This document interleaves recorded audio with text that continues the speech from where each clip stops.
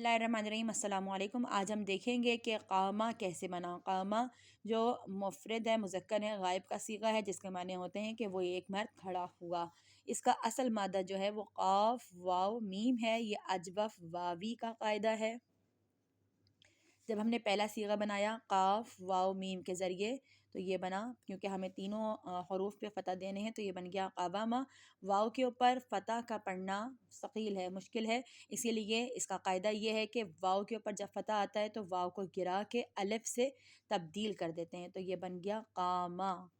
और हमने इसको पहले सीगे को तैयार कर लिया। उसके बाद इसी पैटर्न को लेके आगे बढ़े। दूसरा बना क़ामा, तीसरा बना क़ामू, चौथा बना क़ामत ताई साकिना के साथ, वो एक औरत खड़ी हुई। और इसके बाद पांचवा सीगा बना क़ामता। अब छठे सीगे की बारी है। इसमें देखिएगा छठे सीगे में हम क्या तब्दीली करेंगे। सबसे पहले हम जो इसका असल मादा था उसी मादे के साथ इस रूल को अप्लाई करेंगे कि नून मफ्तूहा जो जमा मुअन्नस की अलामत है इसे लगाएंगे।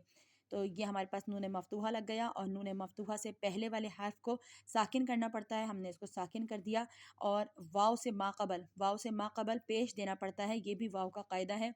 वाव हो तो इसके माक़बल पेश देते हैं, या हो तो इसके माक़बल ज़ेर देते हैं, अलिफ हो तो इसके माक़बल फ़तह लगाते हैं। यहाँ वाव था, हमने इसके माक़बल को पेश दे दिया। ठीक है, तो ये हमारे पास एक सीगा तैयार हुआ।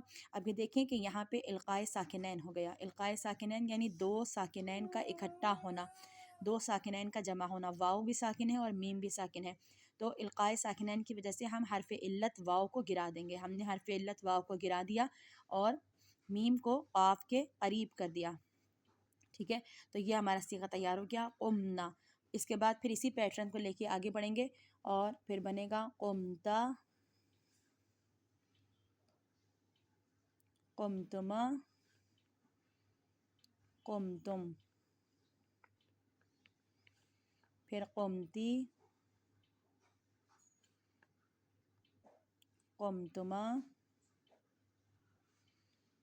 क़ुमतुम। सॉरी, यहाँ पे आएगा क़ुमतुन्ना,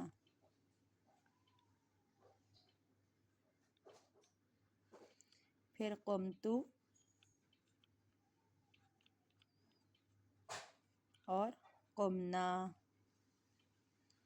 ये हमारी पूरी 14 सीगों की गर्दान तैयार हो गई। इसके बाद अगर इसका मुज़ारे बनाने चाहें तो मुज़ारे भी असल मादे के साथ बनेगा, यानी इस क़ामा के ज़रिए नहीं बनेगा, बल्कि हम देखेंगे क़ाफ वाव मीम के साथ क़ामा यक़ूम।